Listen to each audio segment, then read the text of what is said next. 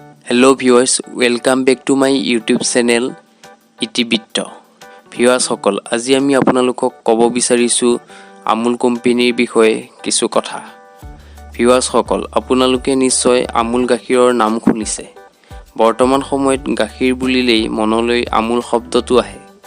আমুল শব্দটোৰ সম্পূৰ্ণ অৰ্থ হ'ল আনন্দ মিল্ক ইউনিয়ন লিমিটেড। ভিউয়াৰ্ছ সকল, আমুল নামৰ গাখীৰৰ কোম্পানীটো হ'ল গুজৰাটৰ গাঁৱলীয়া দুগ্ধ উৎপাদক খেতিয়কসকলক মধ্যভোগীৰ অবিহনে সঠিক দামত সহজভাৱে দুগ্ধ বিক্ৰী কৰিবলৈ এই কোম্পানীটো খোলা হৈছিল। পোনপ্ৰথমে 14 ডিচেম্বৰ 1946 চনত ত্ৰিভুৱন দাসে চৰ্দাৰ বল্লভভাই পেটেল আৰু মোৰাৰজী দেশাইৰ লগত লগ লাগি কোঅপাৰেটিভ ডেইৰী ফাৰ্ম নামে ইয়াৰ আৰম্ভণি কৰিছিল। পাছলৈ 1949 চনত ত্ৰিভুৱন দাসৰ অনুৰোধত ফাৰ্গিছ কুৰিনে এই ডেইৰী ফাৰ্মত জইন কৰে। ভিউয়াৰ্ছ সকল, ফাৰ্গিছ কুৰিন হ'ল ভাৰতৰ দুগ্ধ মানৱ, মিল্কমেন অফ ইণ্ডিয়া। তেখেত আছিল মিচিগান ইউনিভাৰ্চিটিৰ পৰা 1948 চনত পাছ কৰা এজন উদ্যোগী ব্যক্তি। তেখেতে এই কোঅপাৰেটিভ ডেইৰী ফাৰ্মত জইন কৰি পাছলৈ দুখীয়া দুগ্ধপালকসকলৰ কাৰণে গোটেই জীৱন সংগ্ৰাম কৰে।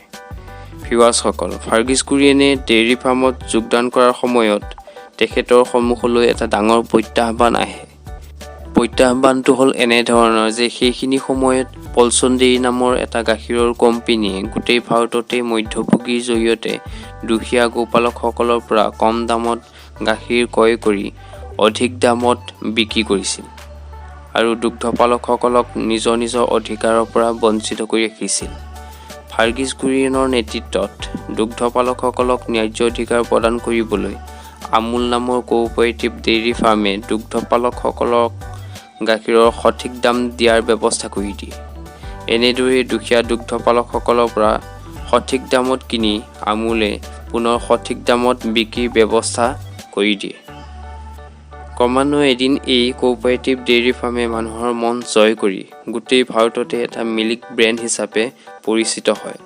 পৰৱৰ্তী সময়ত আমুলে ম'হৰ গাখীৰৰ পৰাও মিল্ক পাউডাৰ বনাবলৈ লয়। এই মিল্ক পাউডাৰ আছিল ফাৰ্গিছ কুৰিনৰ গৱেষণাৰ ফল। আমুল কোম্পানীয়ে আজিৰ সময়ত গাখীৰ আৰু পাউডাৰ গাখীৰৰ উপৰিও বিভিন্ন পেকেজিং ব্ৰেণ্ড যেনে ঘি, পনীৰ, আইচক্ৰীম আৰু মাখন আদি গাখীৰৰ লগত জড়িত খাদ্যদ্ৰব্য বনায়। এনেদৰে বৰ্তমান সময়ত আমুল কোম্পানীয়ে ভাৰতত প্ৰয়োজনীয় গাখীৰৰ চাহিদা যোগান ধৰি সফলতাৰ শীৰ্ষত উপনীত হৈছে।